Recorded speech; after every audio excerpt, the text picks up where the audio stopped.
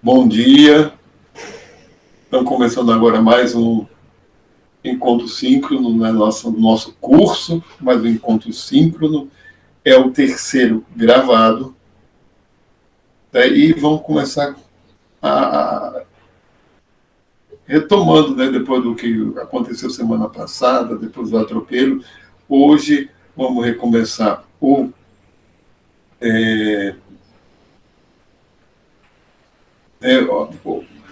segundo módulo, um módulo específico de filosofia da biologia, que é mais de temas relacionados a conceitos biológicos, certo? Tá? Colocado lá para tema de conceitos biológicos, sendo que o primeiro é reducionismo em biologia, está naquela sequência dos vídeos postados no YouTube, certo? Sendo que todos já foram postados. Tá? Todos os vídeos do segundo módulo foram postados. E eu vou passar a atividade para vocês desse segundo módulo. Desses vídeos, não em todos, acho que no primeiro não, mas no segundo em diante, tem perguntas no próprio vídeo. Então, uma atividade para vocês vai ser, um tipo de atividade para vocês vai ser responder as perguntas que eu coloquei ali nos vídeos. Umas pausas, umas interseções, foram colocadas perguntas. Uma das atividades, uma forma de atividade vai ser começar a responder as perguntas, tá? E dependendo, a partir do segundo, vou verificar aqui uma coisa. Então, desse segundo módulo, a gente tem 1, 3, 4. São 7 ao todo. Redução na ordem que eu reorganizei em relação ao meu plano inicial para ficar uma ordem mais lógica, cortei alguma coisa, certo? Então, na ordem da gente, nós temos reducionismo em biologia, leis e teorias em biologia, função e explicações funcionais em biologia, conceito de espécie, adaptacionismo, níveis de unidade de seleção, esse ficou o assunto mais curto, e Evo-Devo, né, que é a biologia evolutiva do desenvolvimento. Então, são todos assuntos relacionados a conceitos de biologia mesmo, tá? Porque o terceiro módulo, que começa com etologia humana e psicologia evolutiva, depois é sociobiologia, ética evolucionista, abordagem semiótica da biologia, teoria da dupla herança de Richardson e Boyd,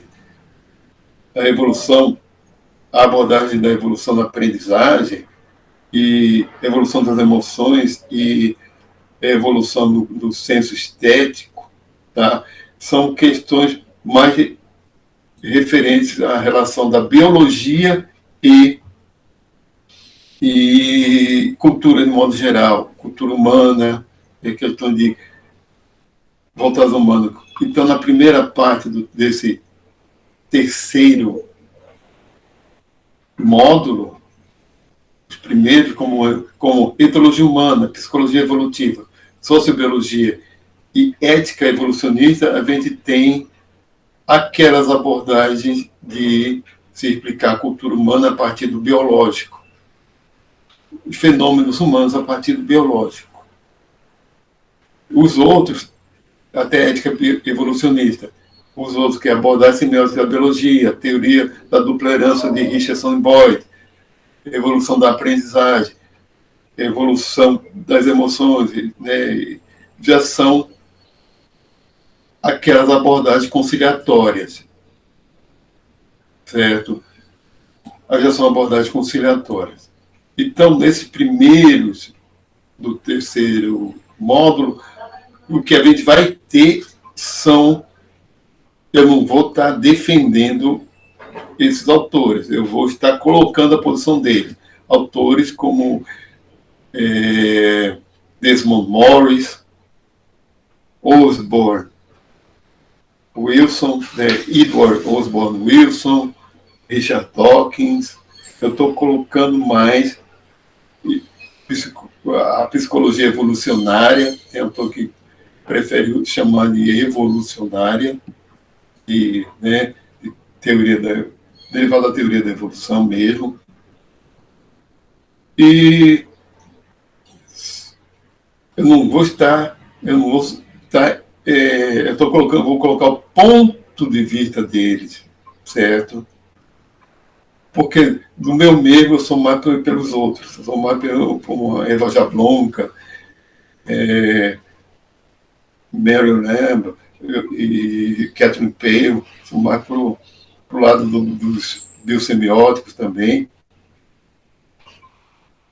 certo? E dupla herança de Richardson e Boyd.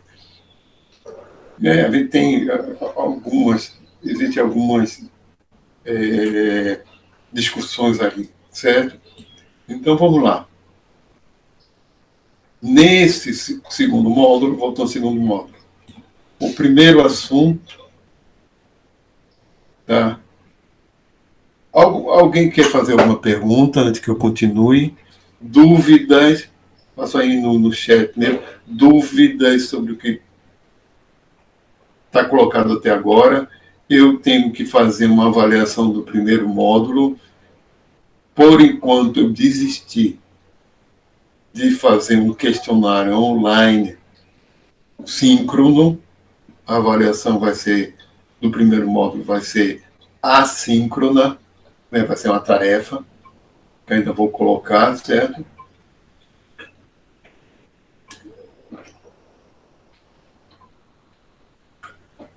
E qualquer coisa também, como já está sendo gravada, vocês vão assistir depois.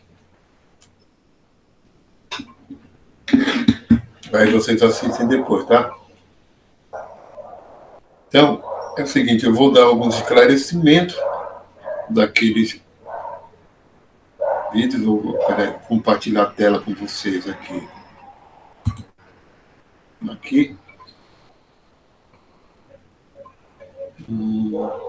Apresentar. Vou ver se eu consigo apresentar como janela.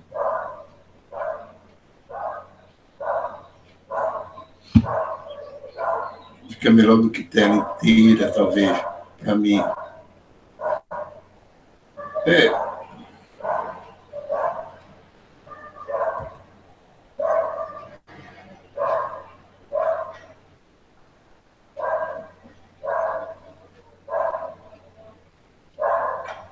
Não, peraí.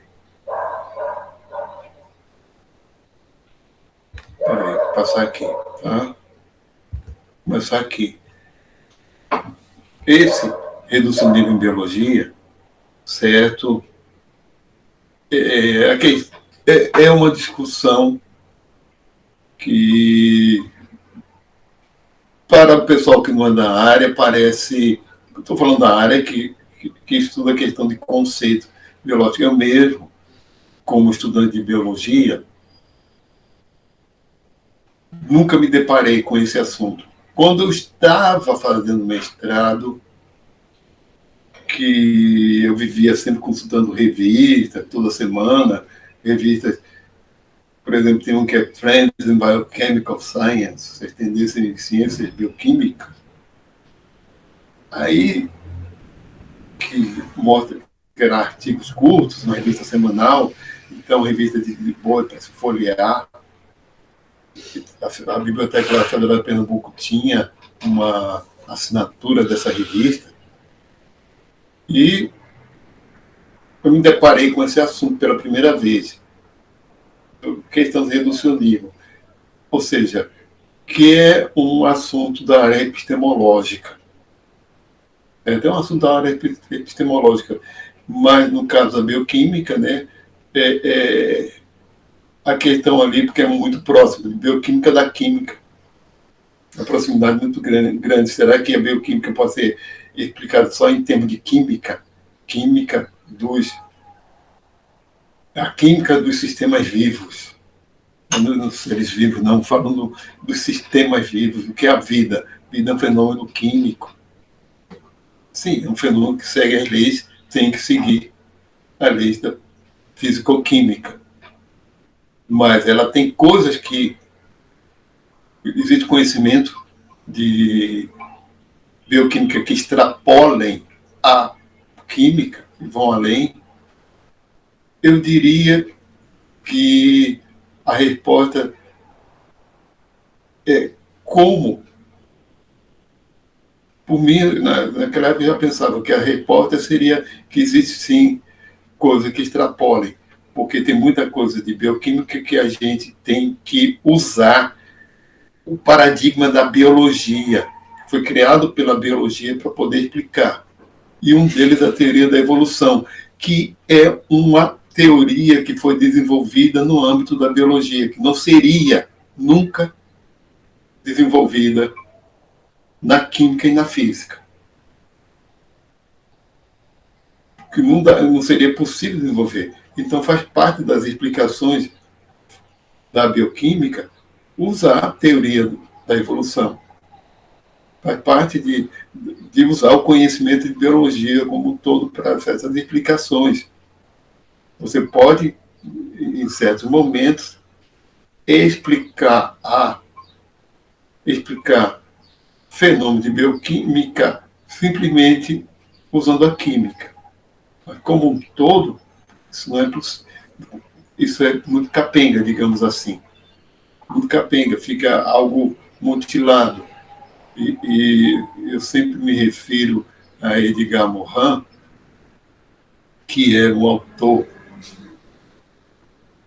que, digamos assim, é um antirreducionista em termos epistemológicos.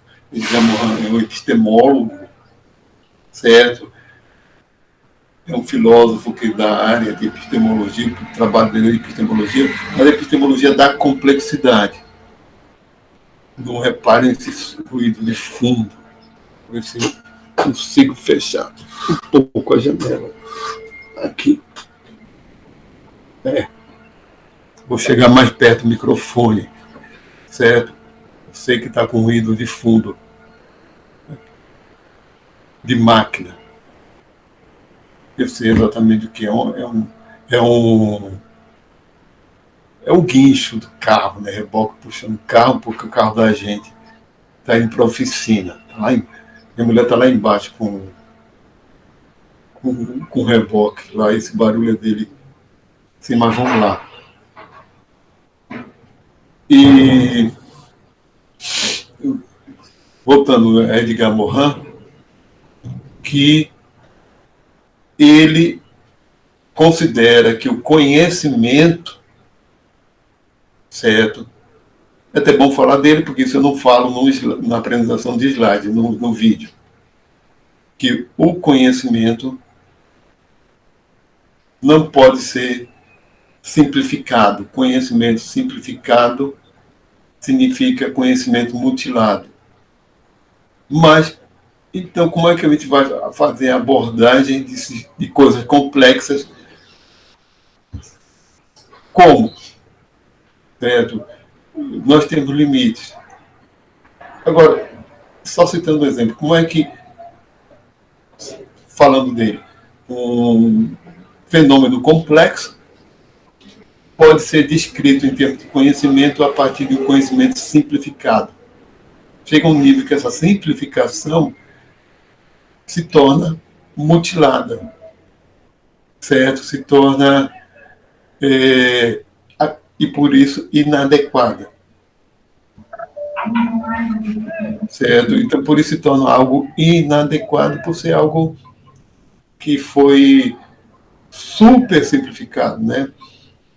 Então, um exemplo, a teoria quântica ondulatória, a teoria atômica desenvolvida a partir dos anos de 1920 e 1930, que é a quântica ondulatória, que foi aperfeiçoada, né? É extremamente sofisticada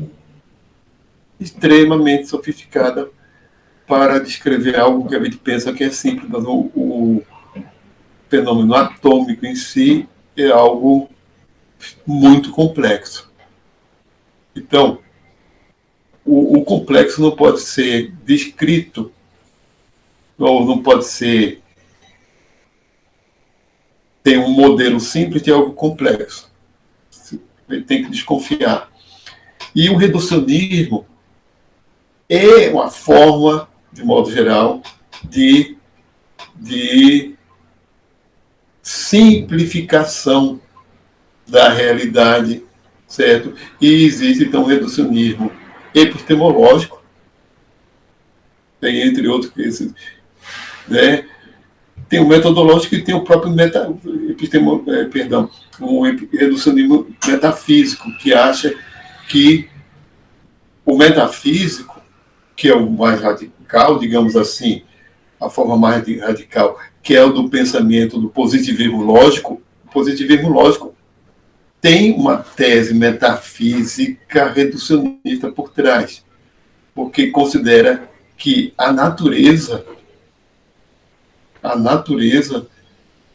tem leis gerais e universais, aí se envolve também agora a questão de leis, que são descritas, que devem ser descritas em termos físico-químicos, ou em termos físicos.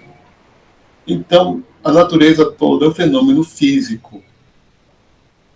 Então, para a ciência natural bastaria física. O resto seria física dos processos de reação química, física dos processos biológicos. E os sistemas biológicos são sistemas físicos com história, né, com desenrolar de história, que significa a seta do tempo da entropia, da irreversibilidade.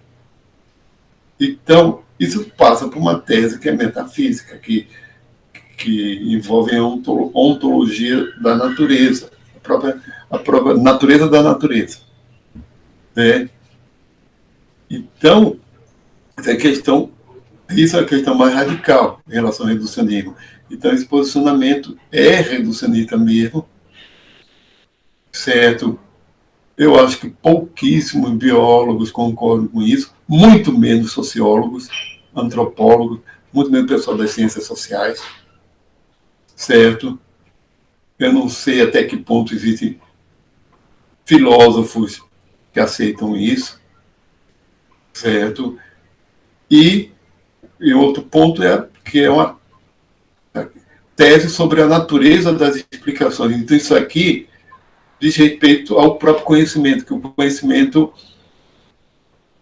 do ponto de vista desses autores, vai ser algo que pode ser reduzido, certo? Mas não é porque a natureza é desse jeito. É como o caso de que a teoria de Einstein, nas nossas condições, pode ser descrita em termos de física clássica newtoniana. Por quê? Porque as coisas aqui acontecem em massas pequenas, velocidade muito abaixo da luz, e não em níveis astrofísicos. A teoria de Einstein é para explicar níveis astrofísicos. A gente não tem aqui, se você pega as equações de Einstein e considera arredonda para velocidades baixas comparadas com a da luz, e se você arredonda para também distâncias pequenas, você acaba chegando às equações de Newton. Então, nessas situações as pessoas usam as equações de Newton. Não é porque a natureza é assim, mas porque naquele nível de explicação basta as equações de Newton. Né? E outra forma é a questão de que aí vamos cair que é a defesa do autor, e eu acabo concordando com ele, que é metodológico. A questão do reducionismo é uma questão metodológica, tá? E não que vai é metodológica, não tem como, porque a investigação científica da natureza vai ser sempre reducionista. vai ter que ser sempre reducionista, não tem, né, porque nós não temos, então, como desenvolver investigação de forma que não seja reducionista, porque o próprio objetivo da ciência é qual? Usar métodos, estudar a natureza, investigar a natureza usando métodos pautados ou embasados na própria natureza, métodos naturalísticos. Então, por isso, e a própria investigação vai ser que tem sempre muito restrita, tem que isolar variáveis, ter controles, etc, etc. Então, a estratégia para poder investigar é que é reducionista, ou os programas dessas estratégias. Então, aí dá para se entender.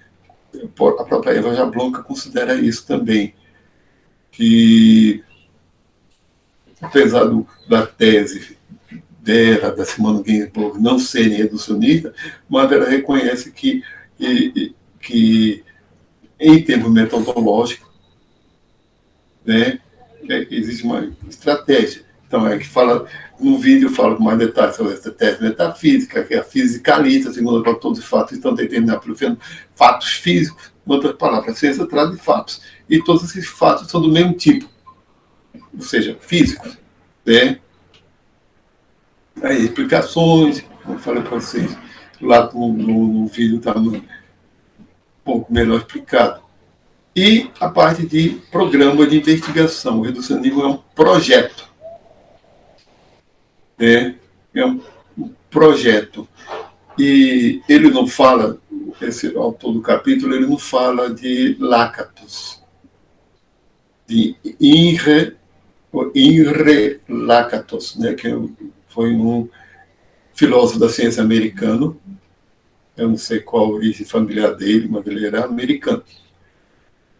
E ele pegou o conceito de paradigma de Thomas Kuhn, certo? E dividiu em núcleo duro e cinturão de proteção.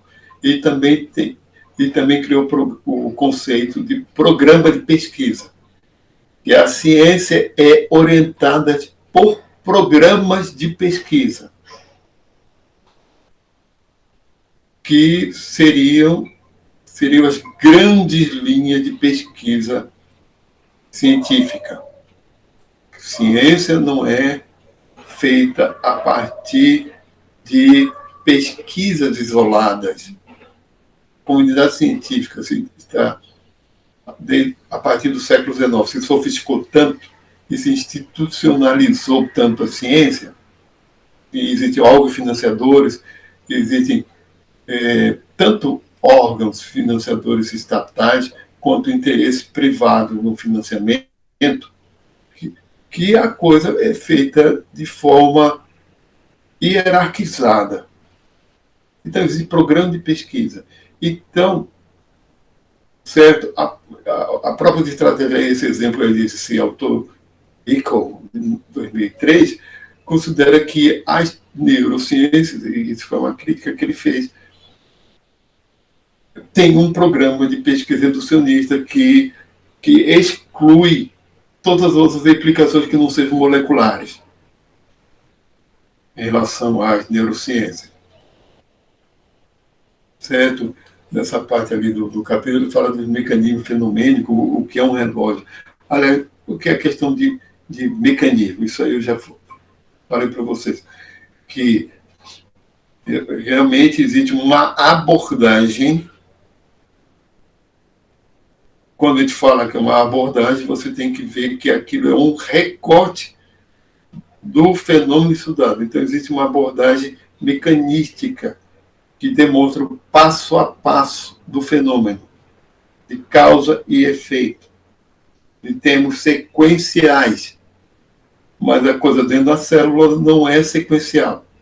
Ali tem o passo a passo sequencial de reações bioquímicas, reações metabólicas, certo? Mas o conjunto, o funcionamento de uma célula não é sequencial. Como ela está trocando matéria e energia, interagindo com o exterior a ela, em relação ao seu interior, não é algo sequencial.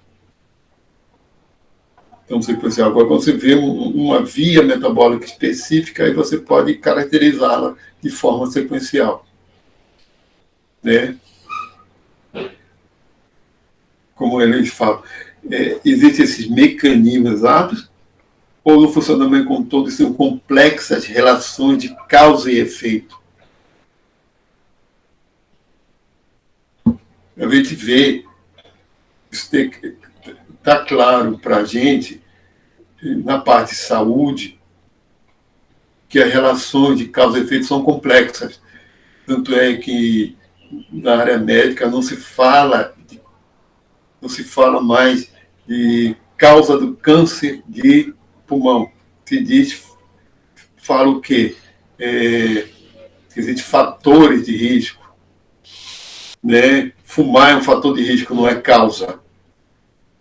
E câncer é o efeito. É um fator de risco, a pessoa pode fumar. E, digamos, em termos populacionais, tem um percentual X de chance a mais de ter câncer de risco, de pulmão, do que quem não é fumante. Mas quem não é fumante pode ainda ter. Existem os fatores de risco, poluição atmosférica, exposição a certos agentes tóxicos, genética. Então, isso são relações complexas, relação de causa e efeito, quando se envolve fatores de risco, que isso vale em termos de população, estatística. Na saúde, na área médica, isso é bem claro. No século XIX, pensava-se, quando foi desenvolvida a alopatia, em cada doença com uma causa, era só eliminar a causa. Tratar a causa e acabou a doença. Mas se sabe que não é bem assim. Nós somos sistemas altamente complexos. Sociedades, então, o meio ambiente, então, nem se fala. Certo? Então, questão de redução de unidade da ciência, a ciência tem uma unidade no final das contas, existe um paradigma só, sim, mas existe uma unidade. Vamos ver bem essa diferença em termos de unidade da ciência e paradigma. O que o paradigma diz é que as teorias científicas nas ciências naturais, certo? As teorias, conforme o conceito de Thomas Kuhn, as teorias não estão em contradição entre si. A teoria da evolução não contradiz a teoria atômica, não contradiz os princípios da termodinâmica, mas você não precisa apelar para mecânica quântica ondulatória para explicar a evolução biológica. É outro tipo de fenômeno, certo? E o que um biólogo chama de átomo é a mesma coisa que um físico, certo? Isso colocando aqui. Voltando a falar em Lakatos, para mim fica bem claro quando a gente passar para as questões de teoria da evolução, a coisa fica bem clara o seguinte. Para a gente a coisa fica bem clara o seguinte, em termos de teoria da evolução. O que ele chama de núcleo duro e o cinturão de proteção. Vão ficar bem claro para vocês. Vou adiantando o seguinte, que o núcleo duro da teoria da evolução é o processo de seleção natural, que já é consensual, que ninguém mais questiona, já é consolidado em termos teóricos, em termos observacionais, empírico-observacionais e experimentais também. O processo de seleção natural em si, ele é o que é questionável, está lá nos vídeos. O que se questiona, onde é que é a seleção natural, se é só a seleção natural que afeta a teoria da evolução, ou que nível é, e se a seleção natural é gradual, se há o gradualismo que vem de Darwin, e Richard Dawkins, por exemplo, é um gradualista, e Stephen Jay Gould não era, porque ele já é falecido, e assim vai. Essa divergência é do cinturão de proteção da teoria. É onde se está burilando a teoria e lá o núcleo duro está blindado. Você fica blindado para essas alterações. Peraí, um instantinho.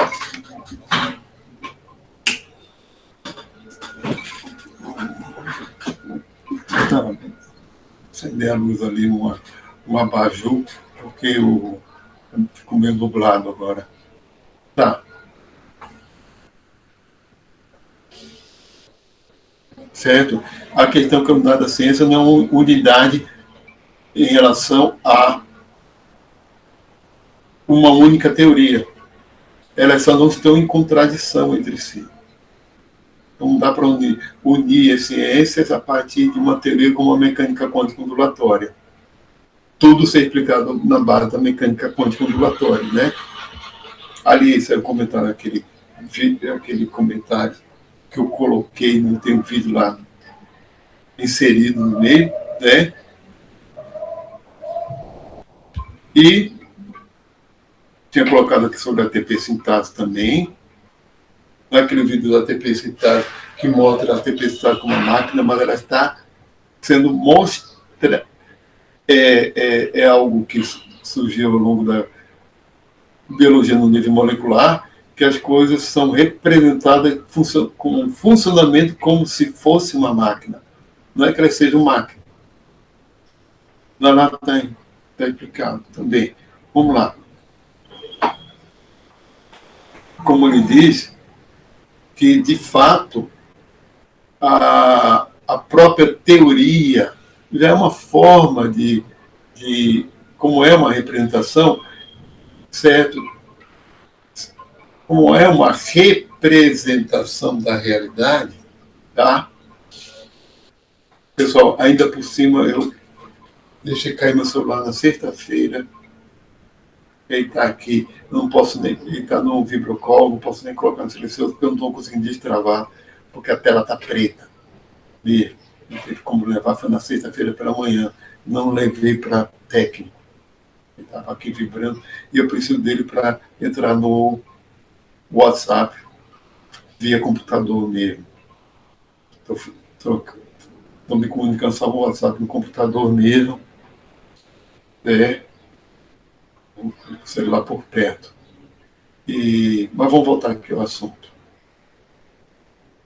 Eu ainda não teve como mandar ir atrás de um técnico sábado, etc. Quer ver que está aqui aquelas coisas que acontecem depois do falecimento de uma pessoa próxima, né? Inclusive a parte legal, inventário, essas coisas assim, me reuni com meus irmãos, são 3 filhos, 2 filhos e uma filha. Tem o meu irmão, que é o do meio, mora em Brasília, veio de Brasília por conta disso e tive que me reunir com advogado, essas coisas. No sábado, foi uma reunião longa para fazer, para planejar o inventário, essas coisas. Mas vamos lá. Então, qualquer redução requer representação. Mas de toda representação é uma redução, porque o fato de ter delimitação, que a própria teoria tem que ser delimitada, tem que dizer até onde ela vai. E convenções, e toda convenção, como representação, existe uma delimitação da própria convenção, que é a linguagem, a terminologia e representações matemáticas e outras, fórmulas químicas e tudo isso aí. Isso não é, como eu costumo dizer, a teoria atômica não é o átomo. É uma simulação do átomo. Representação e simulação do átomo. Outro ponto que ele colocou lá, em um exemplo, que, de qualquer forma, a organização espacial de uma célula não é instantânea. É um processo espaço-temporal. Certo? É um processo espaço-temporal. Tá? E a gente vai ver alguma coisa sobre a herança epigenética na evolução, tá? Certo? Tá? Então, o que ele diz que é a caracterização do reducionismo como um laboratório de engenharia social da ciência. Eu não entrei muito nesse ponto, isso não interessa tanto, mas é um resumo do que ele tinha dito como parte de um programa, de programas de pesquisa, certo? Com parte da sociologia, da própria sociologia da ciência. Nesse ponto lá no capítulo ele fala disso. Laboratório de Engenharia Social da Ciência, com a relação da ciência, das pesquisas, dos programas da ciência e sociedade, que necessariamente vai haver um reducionismo aí em relação à sociedade. Então vai. E diz que uma referência que se tornou muito popular, que vocês já vão ouvir falar muito desses dois autores evolucionistas, né? O Lewontin Lewis, né? E o outro Stephen Jay Gould. Mas nesse livro, que é o biólogo dialético de Lewontin e Lewins, Lewontin é aquele geneticista de populações que tem livro-texto, coautor de livro-texto básico de genética, certo? Eu conheci um orientando dele da Universidade de Harvard, e teve um professor de genética que foi orientando de Lewontin, um colega lá que era indiano. É uma história meio assim, meio surreal de como ele veio parar aqui. E já voltou para os Estados Unidos tem muitos anos. Ele pediu demissão aqui depois. Mas era Anand Prakash Gupta, o nome desse professor. E foi orientando de Lewontin. É um dos principais geneticistas populacionais do mundo. Tá? E ele faz crítica ao reducionismo mecanicista implícito na prática científica própria da biologia molecular. Certo? O grande problema não é o reducionismo, certo? É não reconhecer. Então, realmente, nas práticas, como eu falei para vocês, muitos cientistas, eles têm uma postura reducionista e nem sabem disso. Ou aceitam que a ciência desse jeito mesmo acabou. Eles têm um posicionamento filosófico, de modo geral, ingênuo, por falta realmente de... Aí é um grande problema para o pessoal que vai fazer pesquisa, por isso tem que ter um bom embasamento filosófico também. Um bom embasamento filosófico, certo? Falando em termos metafóricos, lembre-se da metáfora da história dos cegos, do conto sufi, dos cegos apalpando um elefante. E cada um falando sobre uma parte e ninguém se entendendo. O problema não é... Nós realmente somos assim, nós somos cegos apalpando o elefante. Mas o problema é a gente não reconhecer isso, não admitir isso e pensar que o que ele sabe é a verdade e acabou. E que o outro diz uma coisa diferente não se encaixa, tudo se tem que se encaixar naquela forma. O problema é não reconhecer os seus limites, é a falta de modéstia epistemológica, que é uma lição básica também de Galileu.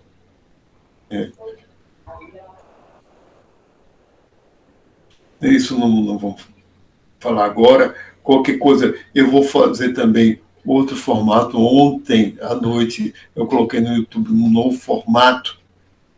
Eu não estou dando, perdão, eu não vou dar intervalo para vocês agora, porque eu vou pegar direto.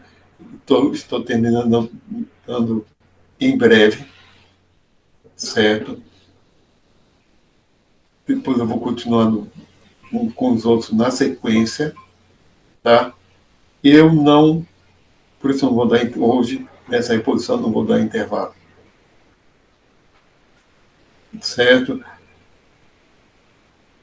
Esse autor fala do reducionismo e complexidade em biologia evolutiva, teoria do sistema de desenvolvimento, e fala meio por alto dessa teoria, mas é uma teoria que encaixa a teoria dos sistemas, que é uma teoria basicamente de sistemas complexos, considerando o ser vivo como um sistema complexo, e sistemas complexos que são dinâmicos e que sofrem processo de desenvolvimento.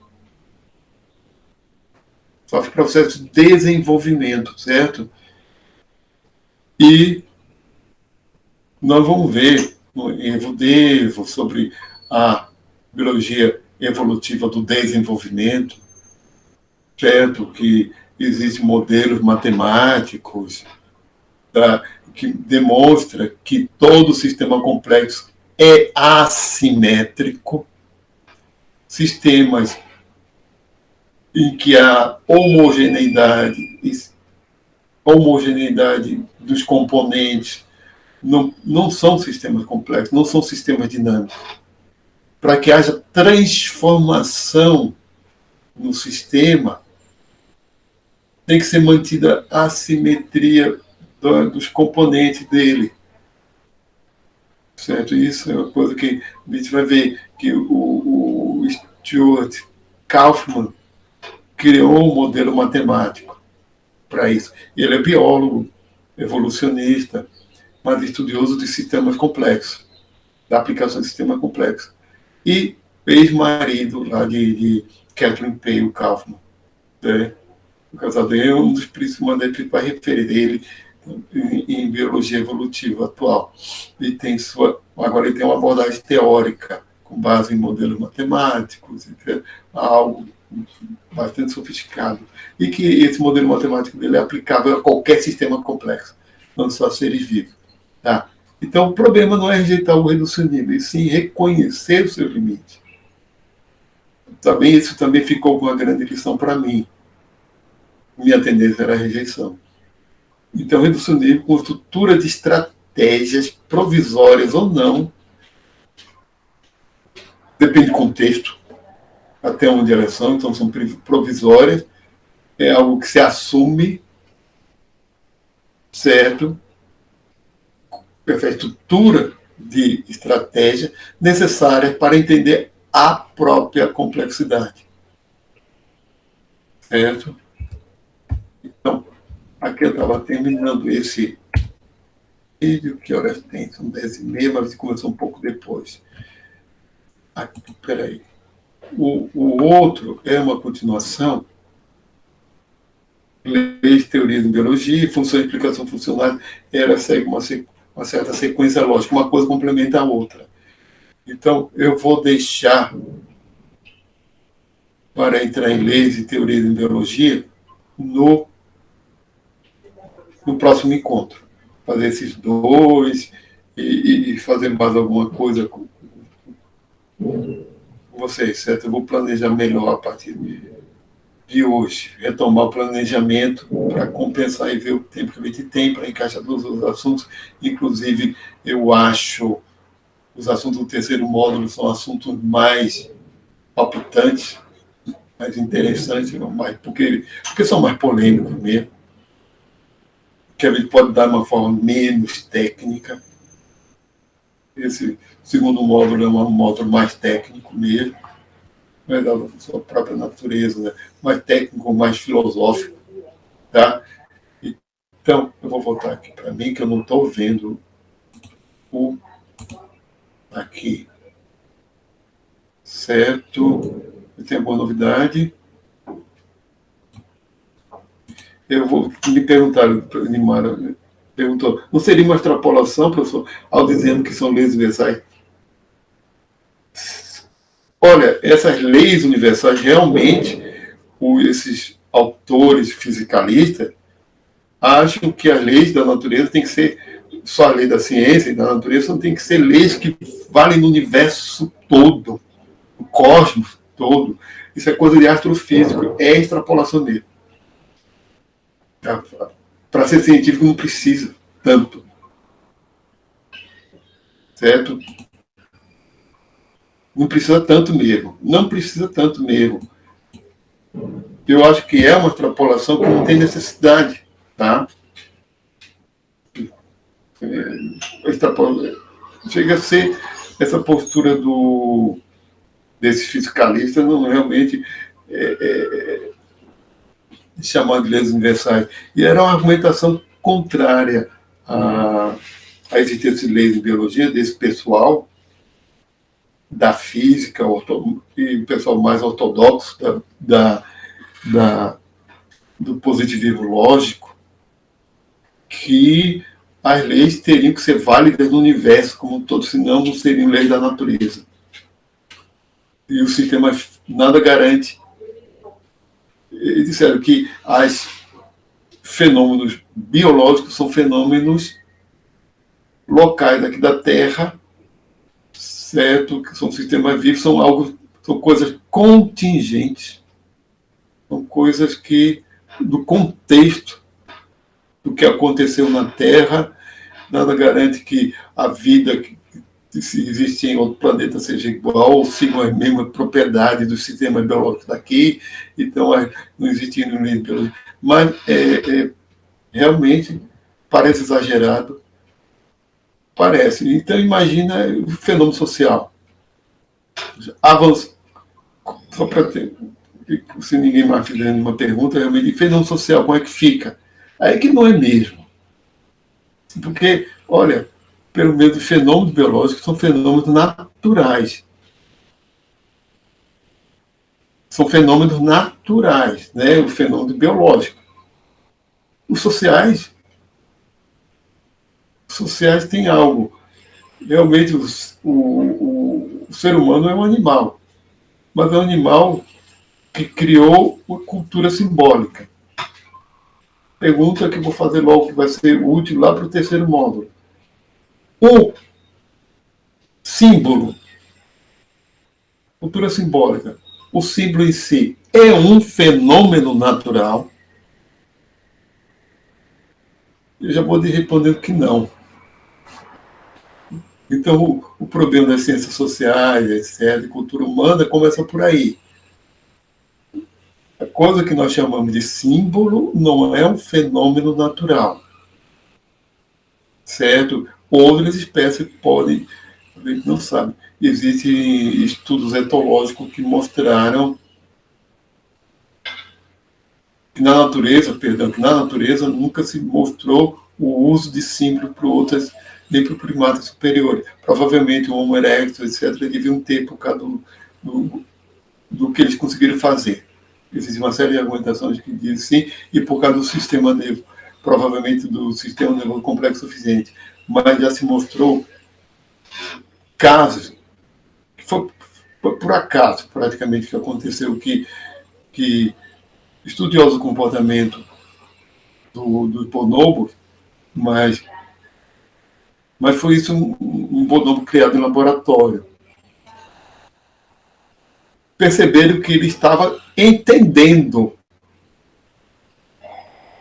inglês, estava entendendo com as suas limitações, mas estava com aquele nível de entendimento, uma criança de 3 anos, mas já estava com aquela capacidade de entender e ser capaz de usar o símbolo em termos de ferramenta, porque uma característica do símbolo é ele ser arbitrário. palavra cão, às vezes que usa para simbolizar uma certa espécie doméstica, etc., com aquelas características, aquelas ideias, é uma abstração. E o siglo em si não é um fenômeno natural. Você pode dizer que é um fenômeno que surgiu de algo natural, que é o cérebro, o nosso sistema nervoso. Certo? E que existe. Existir, existe. Mas se nós não existíssemos, ou não existisse uma espécie biológica capaz de criar essa ferramenta, ele não existiria na natureza. Então, ele não é um fenômeno natural. É um fenômeno que emerge do natural, sim, surge do natural, mas não é em si não é natural. Então, as ciências sociais são realmente baseadas nele. E as humanidades, a gente vai ver que então, realmente não tem como descaracterizar as ciências sociais e reduzi-las ao puramente biológico ou ao puramente natural. Então, agora, o problema das ciências naturais também é que eles esquecem que nós somos animais. E fica aquela reducionismo de um lado e do outro. Tá? Mas vamos, pessoal, eu vou encerrar por hoje, tá? A gente continua no próximo encontro, certo? Eu vou aguardar que vocês